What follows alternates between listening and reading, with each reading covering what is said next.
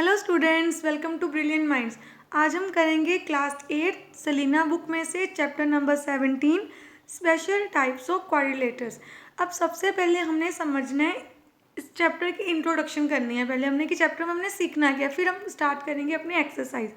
अब क्वाड्रिलेटर्स क्या होती हैं? कोई भी 4 साइडेड फिगर को हम क्वाड्रिलेटर बोलते हैं। जैसे एक स्क्वायर, वो भी आपकी क्वाड्रिलेटर है, रेक्टेंगल भी क्वाड्रिलेटर है, ऐसे सारे क्वाड्रिलेटर्स हैं। तो पहले हम सब क्वाड्रिलेटर्स की प्रॉपर्टीज़ को समझेंगे, प्रॉपर्टीज़ को सीखेंगे, देन हम स्टार्ट करेंगे अपनी एक्सरसाइज। अब सबसे पहले फिगर क्या है हमारे पास? ट्रेपीजियम। अब ट्रेपीजियम कैसी फिगर होती है? ये भी 4 साइड, जो भी क्वाड्रिलेटर्स के अंडर ये सारी फिगर्स आएंगी।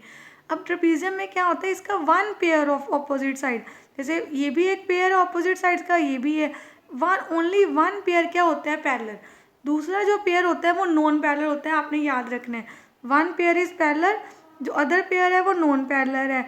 तो जो पैरेलल पेयर है वो ज़रूरी नहीं है कि वो साइड्स इक्वल हों, ये इक्वल नहीं होती हैं लेंथ में, पर जो नॉन पैरेलल है वो इक्वल हो भी सकती हैं और नहीं भी इक्वल हो सकती। तो सबसे पहले हमें इनकी प्रॉपर्टीज़ को याद करना है। एक हमने क्या समझा कि इसके ऑपोजिट पेयर क्या होगा? पैरेलल। एक ही, ओनली वन ऑपोजिट पेयर इस पैरेलल और अदर नॉन पैरेलल है। एंड जो नॉन पैरेलल साइड्स हैं वो इक्वल भी हो सकती हैं। जब नॉन पैरेलल साइड्स इक्वल होती हैं उसको हम बोलते हैं आइसोसेलेस ट्रेपीजियम। ये सिंपल ट्रेपीजियम है। जब नॉन पैरेलल साइड इक्वल हो जाएंगी तो वो बन गई आपकी आइसोसेलेस ट्रेपीजियम।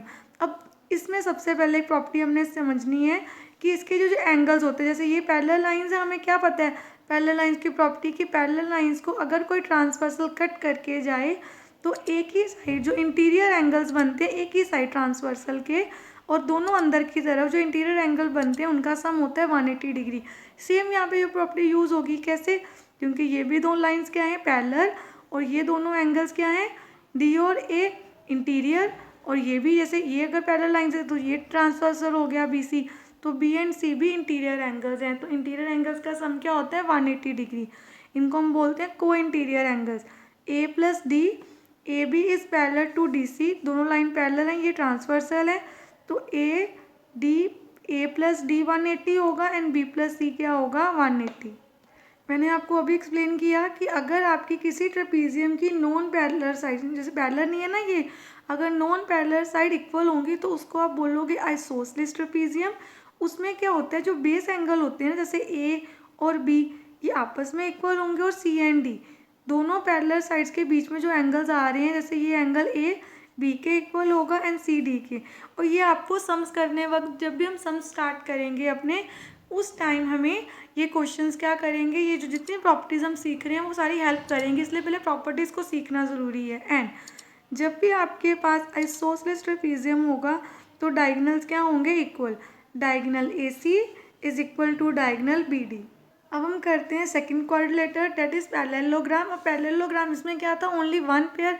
जो हमारा ट्रेपीजियम था उसमें सिर्फ वन पेयर, एक ही पेयर पैरेलल था। पैरेललोग्राम में दोनों पेयर पैरेलल होते हैं, दोनों ऑपोजिट। जैसे ये ऑपोजिट साइड है, ये भी आपस में पैरेलल है, और ये भी साइड्स पैरेलल है। A B is parallel to C D and A D is parallel to B C. तो इसमें दोनों ऑपोजिट पेयर पैरेलल होंगे। अब हम इसकी प्रॉपर्टीज कर लेते हैं। First, opposite sides are equal. Parallelogram की sides, opposite sides equal and parallel होती हैं। ऑपोजिट एंगल्स भी इक्वल होते हैं। देखिए, जैसे ए सी के इक्वल होगा एंड बी डी के इक्वल होगा। एंड इसके डायगोनल्स क्या होते हैं ये भी याद रखना है कि जो हमारे पास पैरेललोग्राम होता है उसके डायगोनल्स इक्वल नहीं होते, ये भी याद रखना है। तो हम यहाँ पे लिख लेते हैं diagonal A C is not equal to B D. Diagonals equal नहीं होते, बट डायगोनल्स बाइसेक्ट करते हैं। बाइसेक्ट का मतलब, अगर हमने यहाँ पे सपोज ये यहाँ ड्रॉ कर लेते हैं, हमने यहाँ पे डायगोनल्स ड्रॉ कर लिए, ये ओ पॉइंट पे कट कर रहे हैं। Bisect means this A O is equal to C O, A O is equal to C O and B O is equal to D O. ये आपने याद रखना है ध्यान से। देन उसके बाद हमने कर लिया कि ऑपोजिट एंगल इक्वल होते हैं, डायगोनल्स बाइसेक्ट करते हैं, ये इसके इक्वल है और ये इसके इक्वल है, ऑपोजिट साइड इक्वल होती हैं। देन अब हमारे पास आ गया, और इसमें भी ये प्रॉपर्टी तो सेटिस्फाई होनी है, ये याद रखना है आपने। जब भी पैरेलल लाइंस हैं, जैसे ए जो इसके adjacent angle, adjacent means what, जैसे ये इसके भी तो पैरेलल है, तो ए एंड बी का सम होगा 180 डिग्री, बी सी का सम होगा, because these two lines are parallel, और पैरेलल लाइंस के बीच में जो एंगल्स बन रहे हैं एक ही साइड ट्रांसवर्सल के, उनका सम भी 180 है। तो इनको हम पैरेललोग्राम में एडजेसेंट एंगल भी बोलते हैं। ए प्लस बी 180, बी प्लस सी 180 होगा, सी प्लस डी भी 180 होगा, डी प्लस ए भी 180 होगा। एडजेसेंट एंगल्स का सम क्या होगा? 180 डिग्री। देन रेक्टेंगल, रेक्टेंगल में क्या होता है, जो पैरेललोग्राम की प्रॉपर्टीज पढ़ी हैं वो तो सारी प्रॉपर्टीज इसमें आएंगी। कि सबसे पहले क्या होता है, इसकी ऑपोजिट साइड्स क्या होती हैं? इक्वल भी होती हैं एंड पैरेलल भी होती हैं। ऑल एंगल्स, इसके ऑपोजिट एंगल्स तो ऑब्वियसली इक्वल ही होंगे, बट इसके सारे एंगल क्या होते हैं? 90 डिग्री। आपको ये याद रखना है इसमें, all angles are 90 degree. And rectangle के डायगनल्स इक्वल होते हैं। Diagonal A C is equal to diagonal B D, and diagonal bisect भी करते हैं। Diagonal bisect each other. यहाँ पे जैसे फॉर एग्जांपल अगर हम यहाँ पे डायगनल ड्रॉ कर लें ऐसे और ऐसे, यहाँ पे ये है, तो A O is equal to O C and B O is equal to O D, and ये सारे आपस में भी इक्वल होंगे। Why? Because A C is equal to B D. अगर ए सी बी डी के इक्वल हैं तो उनके जो हाफ है वो भी सारे आपस में क्या होंगे? इक्वल। अब आ गया हमारे पास रोम्बस। अब रोम्बस में क्या है? रोम्बस की क्या होते हैं? साइड सेम होती हैं और ऑपोजिट पेयर पैरेलल होते हैं। जैसे A B is parallel to D C and A D is parallel to B C and all sides are equal. इसमें ऑपोजिट नहीं, सारी साइड्स इक्वल होती हैं। इसके ऑपोजिट एंगल इसके भी क्या होते हैं? इक्वल। जैसे पैरेललोग्राम में हमने पढ़ा था, इसके भी ऑपोजिट एंगल इक्वल होते हैं, बट इसके डायगनल्स बाइसेक्ट तो करते हैं। जैसे फॉर एग्जांपल यहाँ देखिए इस फिगर में डायगनल्स बाइसेक्ट करते हैं। अगर इस फिगर का हम नाम रख दें ए बी सी डी, तो हम बोलेंगे यहाँ पे ओ रख देते हैं, this A O is equal to O C and B O is equal to O D. ये तो आना ही है, but diagonals bisect each other at 90 degree भी होता है इसमें, विच मीन्स जब डायगनल एक दूसरे को बाइसेक्ट करते हैं तो सेंटर में कौन सा एंगल बना देते हैं? 90 डिग्री का। एंड इसके डायगनल्स इक्वल नहीं होते, diagonals intersect at 90 degree, any pair of adjacent side equal.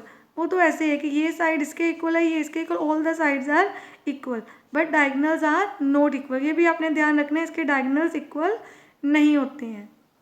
और जो भी प्रॉपर्टीज पैरेललोग्राम की थी वो तो इसको सेटिस्फाई करती ही हैं। अब आ गया हमारे पास स्क्वायर, जो बहुत इंपॉर्टेंट हमने समझना है यहाँ पे। अब हमने जो जो प्रॉपर्टीज सारी सीखी है ना वो सारी इसमें आ जाएंगी। सबसे पहले रोम्बस वाली प्रॉपर्टीज भी आ जाएंगी कि all sides are equal. Then opposite side parallel भी होती हैं, सारे एंगल 90 डिग्री के होते हैं, डायगनल्स इक्वल होते हैं, इसके डायगनल्स इक्वल भी होते हैं, बाइसेक्ट भी करते हैं। जैसे ए ओ सी के इक्वल, बी ओ डी के इक्वल। अगर डायगनल्स पूरे पूरे आपस में इक्वल तो ये सारे भी इक्वल होते हैं। For example A O is equal to O C is equal to B O is equal to O D. सारे एंगल्स आपस में क्या हैं? सॉरी, सारी साइड जो ये डायगनल्स बाइसेक्ट कर रहे हैं वो सारे पार्ट्स आपस में क्या हैं? इक्वल। एंड जैसे रोम्बस में हमने देखा था अभी कि डायगनल्स बाइसेक्ट करते हैं 90 डिग्री पे, ऐसे ही स्क्वायर के भी डायगनल्स बाइसेक्ट करते हैं 90 डिग्री में।